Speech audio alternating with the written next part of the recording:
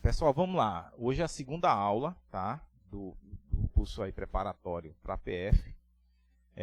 Vamos pegar nossa segunda lista de hoje, tá? Serão 30 questões. Com as da lista anterior, vamos fazer 60 questões em 2 aulas e vamos ver se a gente bate a meta aí das 180, tá? Olha só, questão 1 diz: quando o passivo é igual ao ativo subtraído do patrimônio líquido, sendo todos maiores que zero, tem-se a situação patrimonial conhecida como positiva ou superavitária? Gente, olha só. O passivo é igual ao ativo menos o PL.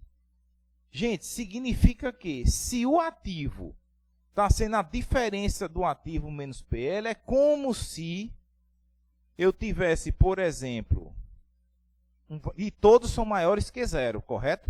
É como se eu tivesse, por exemplo, 10 no ativo, é maior que zero.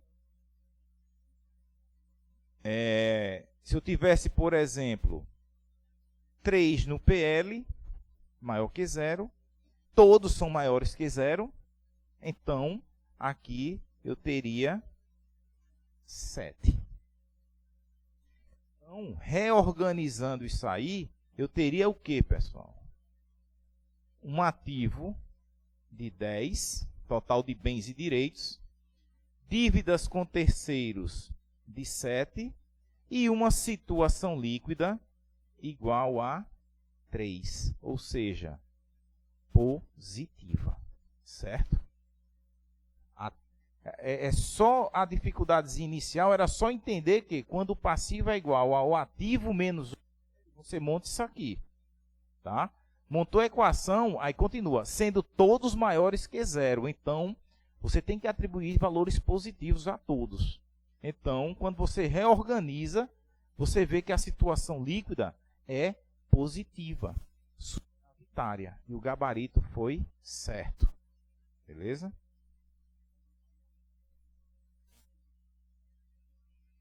Dois. A respeito dos componentes patrimoniais e fatos contábeis. Havendo liquidação de empresa em situação líquida nula, tá? Grifa aí, ó. Situação líquida nula ou equilibrada. Que situação é essa, pessoal? Ativo igual ao passivo, especificamente o passivo exigível. Isso significa que a situação líquida da empresa, o valor que resta aos sócios será 0, tá? Então, o seu ativo será suficiente apenas para o pagamento das dívidas com terceiros, não sendo suficiente para o pagamento do capital próprio, que é sinônimo de PL, que é sinônimo de situação líquida. Então, certo. Dúvidas?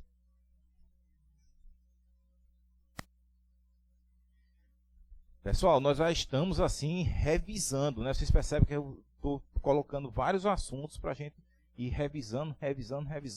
Chegando na prova, com certeza não vai ter problema nenhum.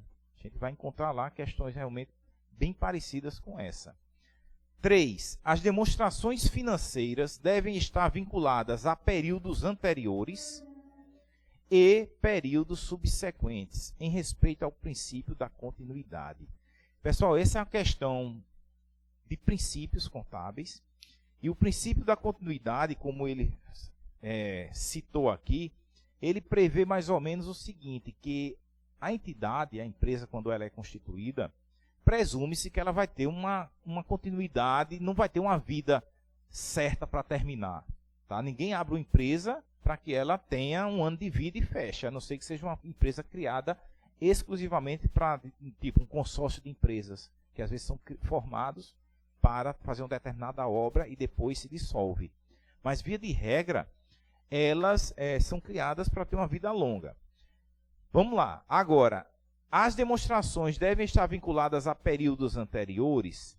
Períodos anteriores são fatos passados, pessoal. Então, realmente, quando eu tenho lá um balanço patrimonial em 31 de dezembro, dizendo que a empresa tem tanto de ativo, tem tanto de passivo, tá? E tem tanto de PL, esses ativos, esses passivos, né, surgiram de fatos passados que ocorreram na empresa. Compra de mercadoria, venda de mercadoria, uso de aluguel, contas a pagar. E está vinculada também a períodos subsequentes? Sim. Gente, se eu tenho, por exemplo, aqui, dívidas a pagar de longo prazo, não vai afetar meu exercícios seguintes? Vai. Se eu tenho valores a receber de longo prazo ou de curto prazo mesmo, também vai afetar meu resultado seguinte, certo? Então, é uma questão um pouquinho subjetiva, mas você tem que entender que, pela lógica, é isso mesmo, tá? Então, o gabarito foi certo, tá? Quatro. De acordo com a Lei 6.404 e com o Comitê de Pronunciamentos Contábeis e com a deliberação da CVM 675/2011, julgo o item a seguir relativo a princípios, estrutura e procedimentos. Os princípios contábeis relacionam-se à contabilidade como ciência do patrimônio? E aí, vocês acham? Certo. Questão tranquila, por quê?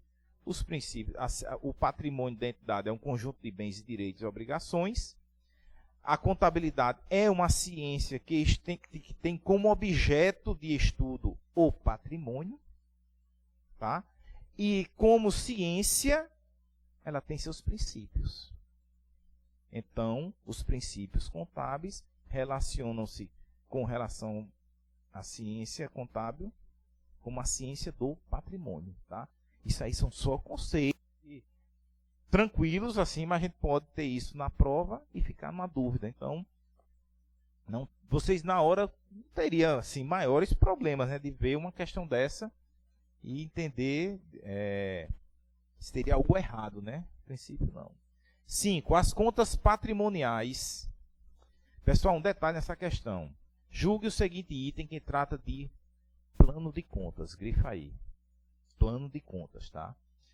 E diz as contas patrimoniais, independentemente da posição hierárquica que ocupem no grupo a que pertençam, podem receber lançamentos a débito e a crédito. As contas patrimoniais, independentemente da posição hierárquica que ocupem no grupo a que pertençam, podem receber lançamentos a débito e a crédito. Isso foi de plano de contas. Gente, é o seguinte, olha só. No plano de contas, nós temos, por exemplo, contas sintéticas e temos contas analíticas. Lembrar disso, tá? As contas sintéticas, elas totalizam os valores que são lançados nas contas sintéticas. Então, essa questão foi falsa. Por quê? Porque essas contas, né, quando ele diz contas patrimoniais, por exemplo, contas sintéticas, vamos supor que eu tenha aqui, ó, conta bancos, código, sei lá, 1.1.2. Esse código. Não, sintética, sintetiza. Algo sintético. Aí ela sintetiza. Isso, é o que eu ia falar exatamente. Isso. Aí eu tenho, por exemplo, Stephanie, eu tenho conta na Caixa Econômica, Banco do Brasil e BNDES, por exemplo. cada um tem seu saldo lá no final do ano, tá? Então, por questões de organização do plano de contas, do balanço patrimonial, esse grupo de contas bancos teria um saldo de R$300, porque ele vai sintetizar os valores das contas analíticas. Então, a sutileza, infelizmente, dessa questão é justamente porque, a princípio, toda a conta do balanço patrimonial receberia lançamento a débito e a crédito. Se você analisar, realmente, praticamente todas podem ter lançamento a débito e a crédito, até no momento de encerrar essas contas, alguma conta ser baixada, vai ser debitada necessariamente. Mas, quando fala de plano de contas, esse é o comando que a gente teria que olhar. O lançamento, viu? O lançamento, por exemplo, seria conta banco, Caixa Econômica. Vou debitar, por exemplo, Caixa Econômica Federal recebeu R$100, débito nessa conta. Crédito de receita com vendas. Pronto. Eu vendi uma mercadoria de R$100 e o pagamento foi uma transferência bancária. Quem é que está recebendo o lançamento a débito? É a conta analítica. Tá? Aí vamos supor, eu fiz um pagamento Banco do Brasil, uma despesa com aluguel, debitei aluguel, uma despesa, R$1.000, por exemplo, e creditei a conta Banco do Brasil, R$1.000. Quem é que recebeu o lançamento a crédito aqui? A conta analítica, Banco do Brasil. Para não ficar tudo solto no balanço, fica lá organizando pequenos grupos com suas características. Então, grupo bancos, essa continha banco aqui existe no balanço, existe no plano de contas, mas ela não recebe lançamentos contábeis. Os lançamentos contábeis são nas contas analíticas. Infelizmente, quem é contador, sabe, é questão de concurso, meu amigo.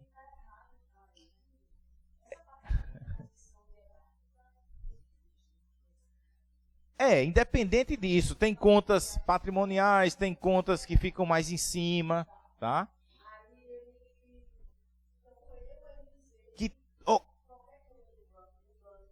Independente do grupo, lançamentos a débito e a crédito.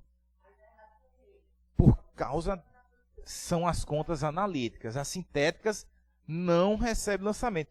Professor, e se fosse para lançar nessa conta sintética bancos? Aí, meu amigo, não teria nenhum controle sobre esses saldos pequenos. Tudo que eu entrasse em banco ou saísse de banco, independente da conta, eu estaria lançando só numa conta banco, resumindo tudo, sintetizando tudo que é conta.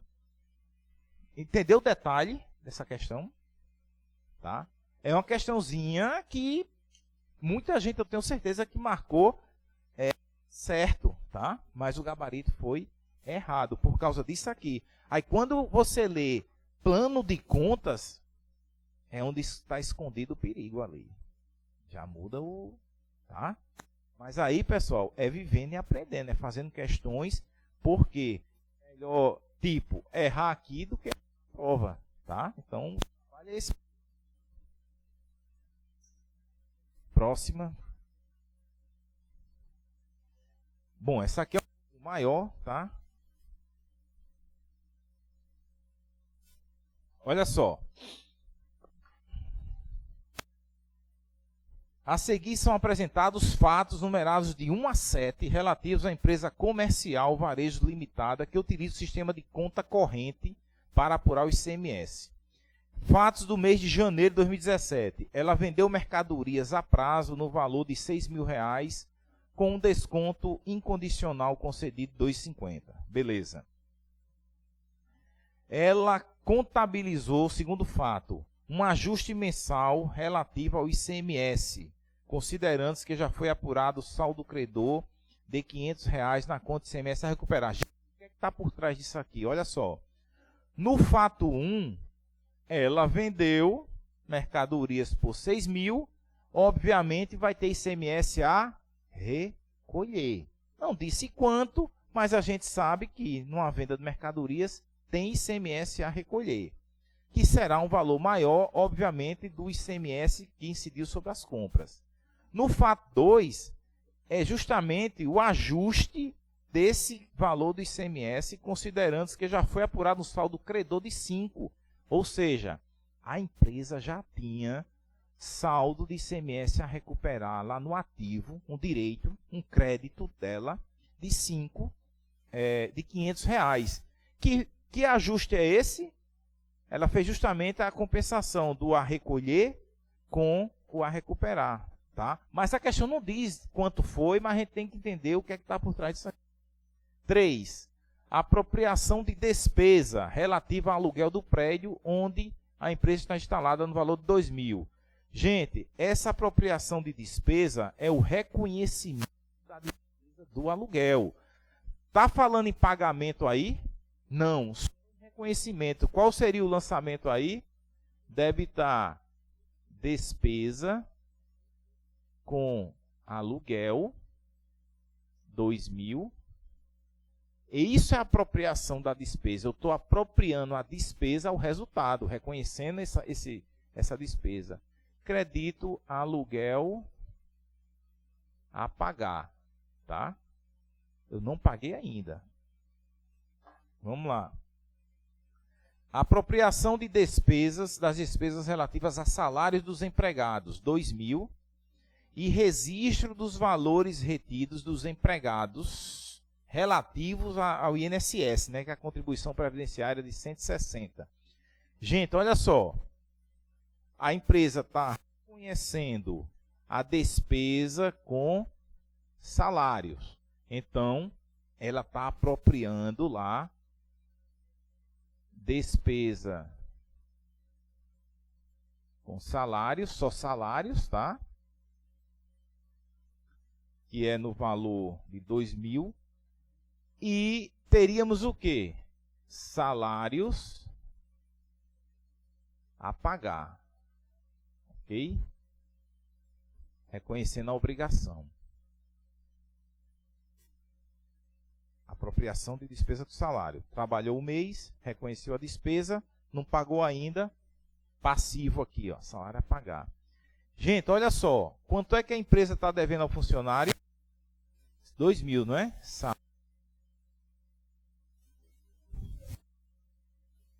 Calma. Vai. É justamente o que a gente vai fazer. E registro dos valores retidos dos empregados relativos às contribuições previdenciárias social de ciência. Gente, olha, ele vai reter dos empregados. Em vez dos empregados receber R$2.000, vai receber 1.840. Todo mundo aqui que tem um contra-cheque sabe disso. Que em vez de receber o salário bruto, você recebe o salário líquido. A empresa tem e recolhe para a Previdência. Ela é digamos, a substituta tributária nessa relação aí, fisco-contribuinte. O contribuinte do INSS é você, o empregado, mas a empresa, por força de lei, é obrigada a reter, lhe substituindo tributariamente, no direito tributário, no polo passivo, e ela mesma recolhe. Então, pessoal, aqui não pode ser mais 2, tem que ser menos. Então, eu vou debitar aqui, ó, 160 e com 1.840. Agora, pessoal, a gente já viu que debitou aqui salários a pagar, correto? Stephanie, não entendeu ou entendeu? Entendeu porque eu debitei salário a pagar? Porque eu vou diminuir o valor que eu tenho a pagar aos funcionários. Mas qual é a contrapartida? O que é que eu vou fazer com esse dinheiro que eu retive dos empregados? Recolher ao INSS. Então, credito INSS a recolher. 160. Dúvidas quanto aos dois, apropriação e retenção, beleza? Então, vamos seguir. 5. Venda de veículos por 10.000, registrado no ativo imobilizado por 30. com depreciação acumulada de 25. Gente, o que é que aconteceu aí neste fato? Qual é o preço de venda do veículo? 10 mil. Qual é o custo que ele estava no ativo imobilizado? 30. Mas ele se depreciou quanto já? 25. Quanto é o valor contábil dele? 5 mil. A empresa teve um ganho de quanto? 5 mil. Certo? Beleza. Fevereiro. Gente, eu vou ir direto para a questão, mas eu estou repassando, tá? Repassando para reforçar essa questão do lançamento, os conceitos todos, tá? Mês de fevereiro de 2017. Pagamento do aluguel de janeiro. Opa, aquele aluguel lá, pessoal, que tinha aqui, ó, aluguel a pagar de 2.000, foi pago. Eu debito lá o passivo, aluguel a pagar, e credito disponível caixa ou banco. E vamos ver o que a questão pede no final. Sim, e no 7, o pagamento do salário dos empregados e das contribuições previdenciárias. Então, na verdade, ele debita 1.840 e dá o dinheiro ao empregado. 1.840, acredita a caixa, porque sai dinheiro do caixa ou banco. E debita INSS a recolher e credita caixa ou banco para pagar o valor lá das guias lá da previdenciária. Ok? E agora, tendo como referência as informações, tal.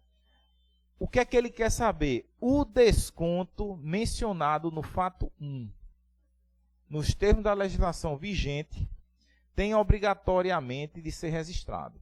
A contabilização do referido fato será da seguinte forma. Vamos voltar lá no fato 1.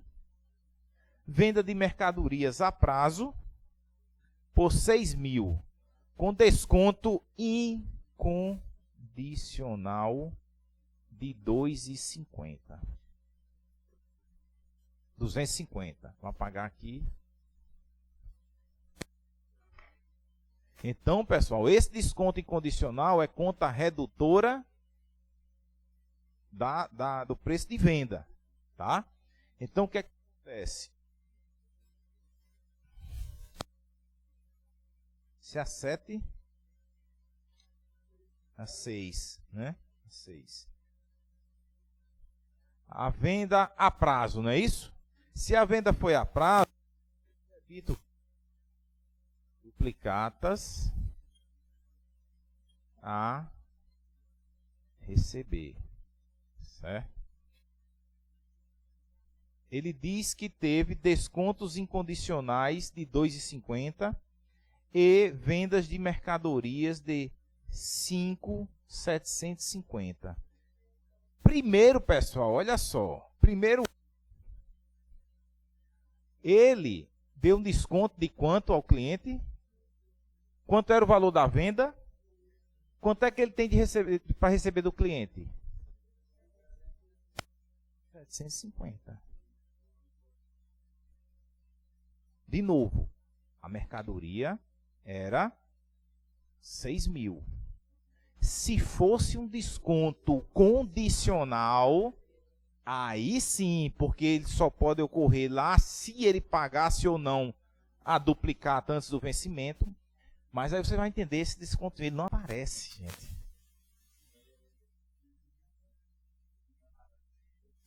Desconto é 5.750. Espera aí, um detalhe, tá, pessoal? Não, aparece sim. Na nota, quanto é que está lá, pessoal? Está lá na nota. Olha só, nota fiscal.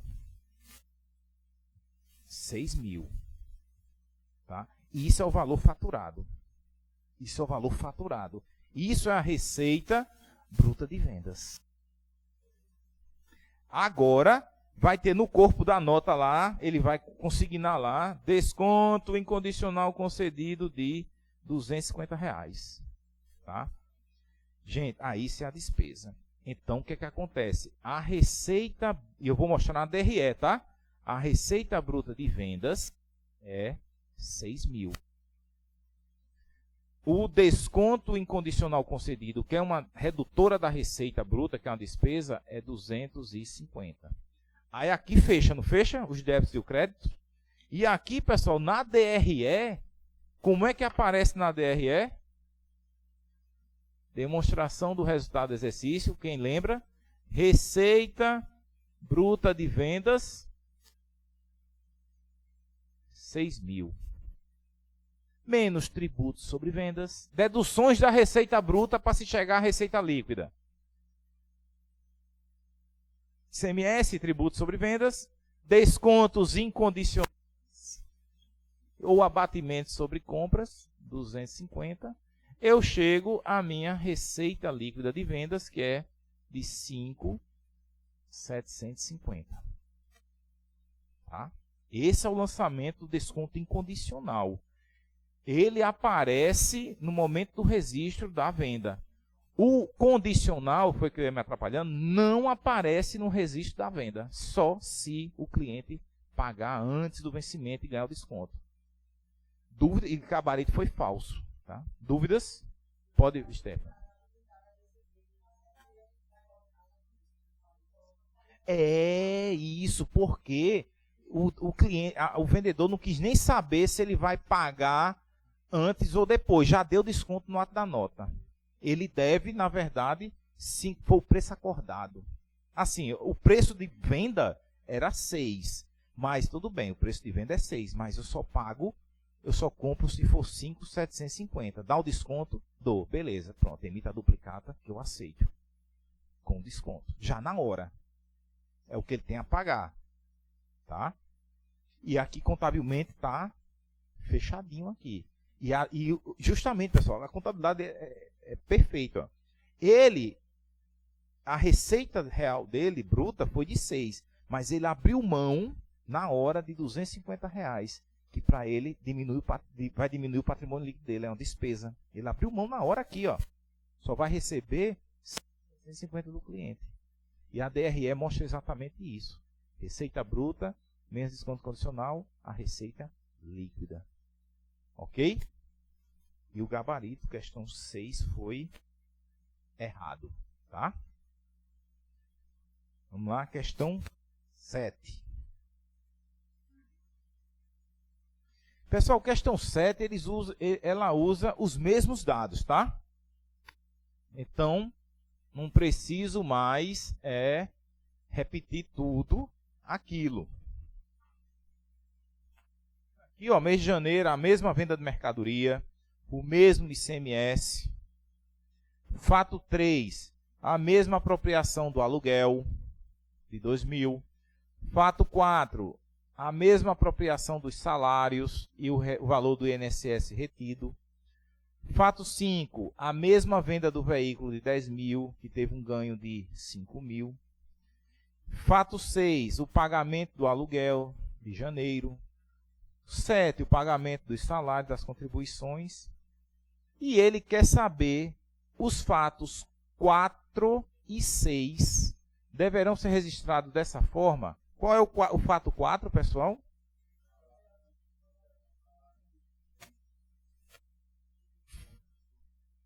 Já tinha feito, exatamente.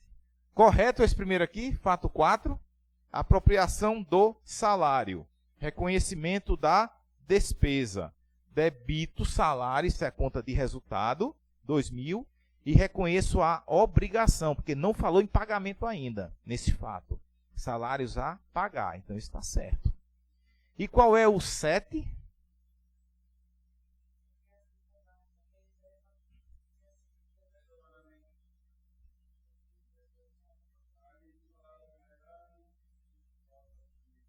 Isso, vamos lá. Fato 7. Quanto é que...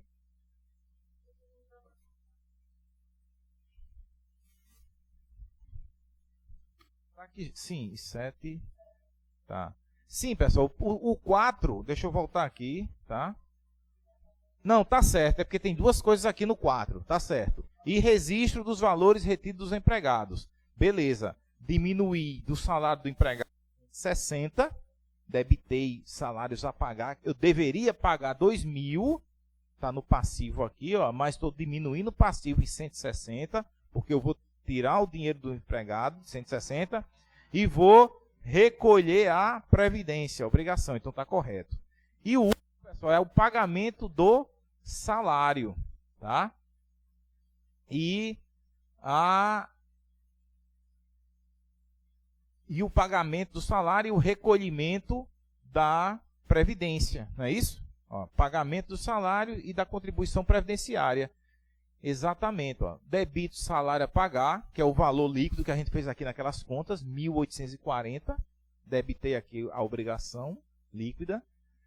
Devia pagar 160 a previdência, vou pagar, diminuo aqui também, baixando passivo, isso aqui é conta passivo, e credito, caixa ou bancos, R$2.000. Dúvidas? Beleza.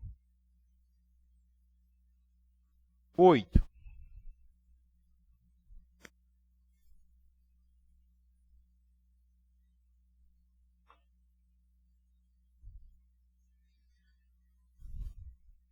Vamos lá. 8.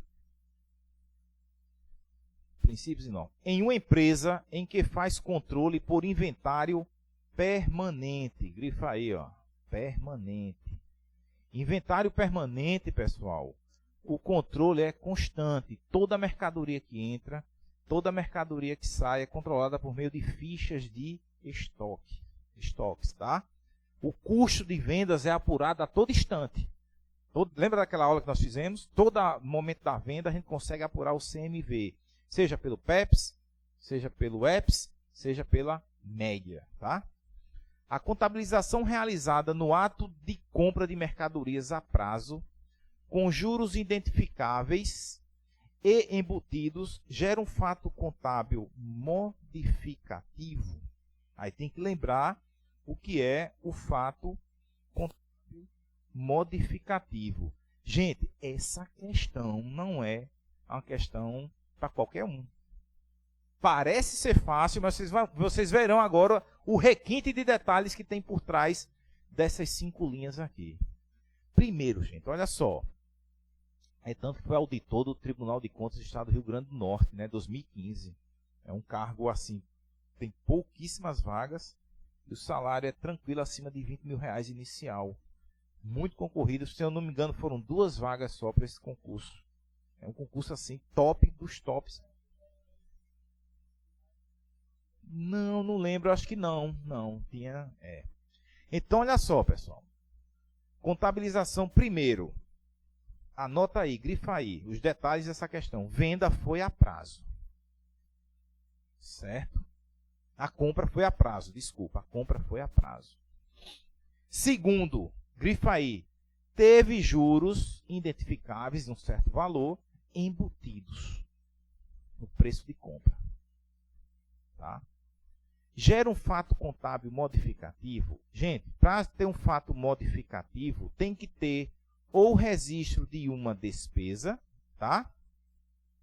No lançamento, ou um registro de uma receita. Ou despesa com juros, ou receita com juros, o exemplo aqui. Quando aparece a palavra juros, o pessoal já lembra, sim, vai ter juros. E isso, garota, porque esses juros, pessoal, no momento da compra, tá? No momento da compra, a gente não pode reconhecê-lo como despesa ainda. Por quê? Esses juros é para um período. Ele só vai ter esses juros porque ele vai pagar a prazo. Então, a despesa com juros tem que ser reconhecida à medida do tempo. Aqui, pessoal, qual é o lançamento que nós faríamos aqui? Vamos lá. Primeiro, ele comprou mercadorias, entrou lá valor no estoque dele, certo? Então, vou debitar este. Sei lá, vamos supor que... E como é a prazo, pessoal, tem a compra lá, a conta do passivo, né? A pagar, né? Vamos supor que a mercadoria custou R$10.000. Mas esse R$10.000 não é o preço da mercadoria só. É o preço da mercadoria com os...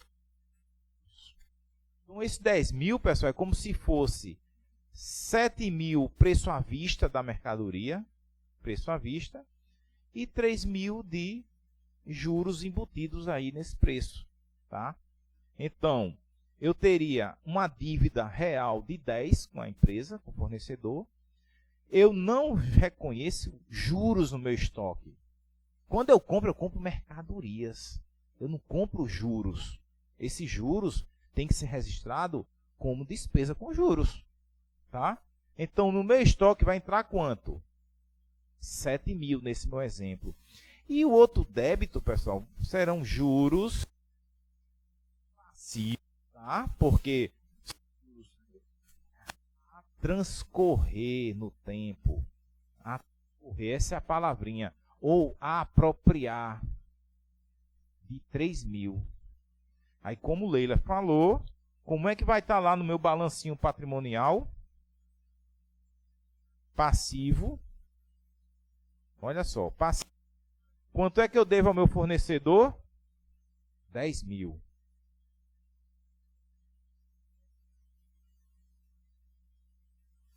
Meu estoque entrou por um valor de quanto? Livre de juros? 7 mil. E esses juros passivos a transcorrer é justamente retificadora do passivo. Juros passivos, JP, a transcorrer. Se você ver agora, contabilmente, o balanço está equilibrado. Conta retificadora do passivo. 7 mil de um lado, 10 menos 3, 7, 7 do outro.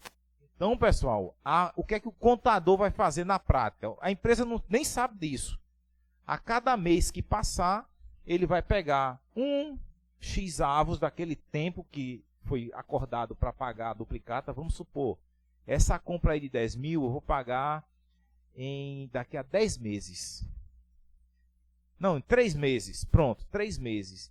Pelo fato de pagar em 3 meses, me cobraram 3 mil de juros. Então, a cada mês, eu vou reconhecer apenas 1.000 de juros como despesa. Então, dessa continha aqui, ó, juros passivos a transcorrer, quando passar o primeiro mês, eu diminuo 1.000 e jogo no resultado. Aí fica 2. No segundo mês, eu tiro mais 1.000, jogo 1.000 como despesa. Fica 1.000. No terceiro mês, eu tiro os últimos 1.000 daqui e reconheço como despesa. E por isso que a questão foi errado, falso gabarito, porque em uma empresa que faz o controle do inventário, a contabilização realizada no ato da compra gera um fato modificativo? Não. Teve conta de resultado aqui? Conta patrimonial, retificadora do passivo, patrimonial, passivo. Então, não é fato modificativo. Beleza? Mas é uma questão que não é assim, pessoal. Hoje, assim, eu tenho certeza que se vocês tiverem um pouquinho de feeling na hora de uma questão dessa, de juros, compra a prazo, pagamento a prazo, tem que se lembrar disso. As questões, isso é uma batida, é sério mesmo. As questões já induzem você a dizer que tem juros, despesa com juros ou receita com juros naquele momento. Lembra, compra a prazo, pagamento a prazo, lembre-se que no ato do registro da compra ou da venda, não se há que se falar em contas de resultado, receita com juros ou despesa com juros. E sim contas retificadoras do balanço, e à medida do tempo é que a gente vai reconhecendo as contas no resultado, seja receita com juros, seja despesas com juros, tá? Essa é a questão 8, questão 9, vamos fazer a 9 e a 10 e a gente dá uma paradinha, tá?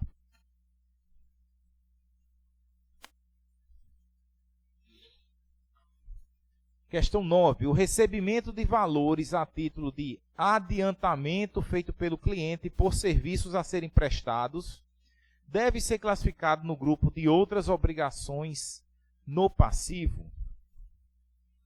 Gente, olha só, vamos lá. Desenvolver aquele raciocínio para a prova, né? Você não vai ter que ficar fazendo lançamento. A gente tem que matar as questões só pelo raciocínio mesmo. recebimento de valores a título de adiantamento feito pelo cliente. Se está recebendo dinheiro, vai entrar dinheiro no caixa. Debitou lá o ativo conta caixa. Eu pergunto, o serviço foi prestado? Não. Então não há que se falar em reconhecimento de receita. Mas a empresa tem agora o que perante o cliente? Uma obrigação. Então, passivo. Tá? Agora, pessoal, esse grupo, outras obrigações no passivo, não existe. Professor, posso até criar, uma empresa pode até criar, mas gente, outras obrigações no passivo seria algo residual. Algo residual. Mas se você tem obrigações com um determinado cliente, você vai deixar ele num grupo residual lá? Não. Você vai colocá-lo justamente numa conta, adiantamento lá de clientes, tá? No passivo, certo? E se você verificar lá até o manual das sociedades anônimas, tem lá várias contas no passivo, mas tem, via de regra, específico mesmo, as obrigações bem detalhadas. Obrigações tributárias, obrigações com salários, aluguéis, água, energia, especificado. Outras obrigações, quais outras obrigações, tá? Isso aqui vai contra, pessoal, até o que a Lei 6.404 fala de classificações genéricas, tipo valores a receber, despesas diversas. Eu mesmo, quando fazia contabilidade, tinha um bocado de coisinha lá pequenininho que eu colocava despesas diversas, mas a rigor só são valores muito pequenininhos que você pode até aglutinar ali, pequenos gastos, tá? Mas, numa situação dessa não, teria que estar especificado quem é o cliente que te adiantou o valor, tá? Beleza? Aí você começa a perceber, quando o CESP ela vai para essas questões meio que subjetivas, você tem que, né, buscar um pouquinho, nem pode pensar demais, mas também não pode pensar de menos.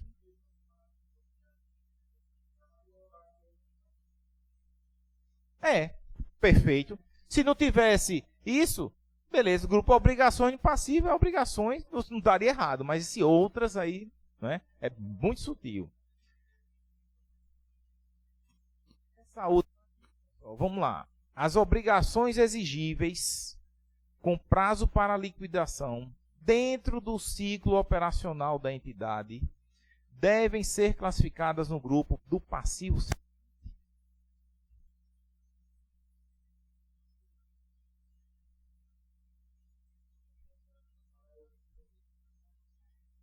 Olha só, interessante, tá, pessoal? Regra geral. O que é que a lei diz?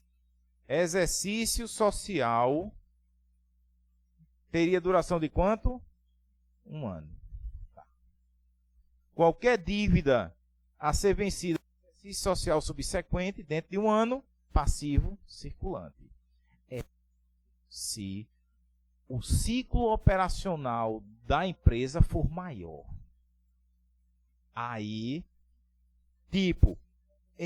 determinadas empresas que o ciclo operacional dela entre comprar, produzir a mercadoria, indústrias e vender é maior do que 1 ano. Não é maior do que 1 ano. Aqui eu não estou falando, Adriano, de 31 de dezembro, não.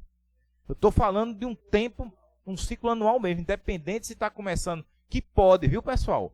O exercício social, ele pode começar em qualquer data, qualquer mês do ano.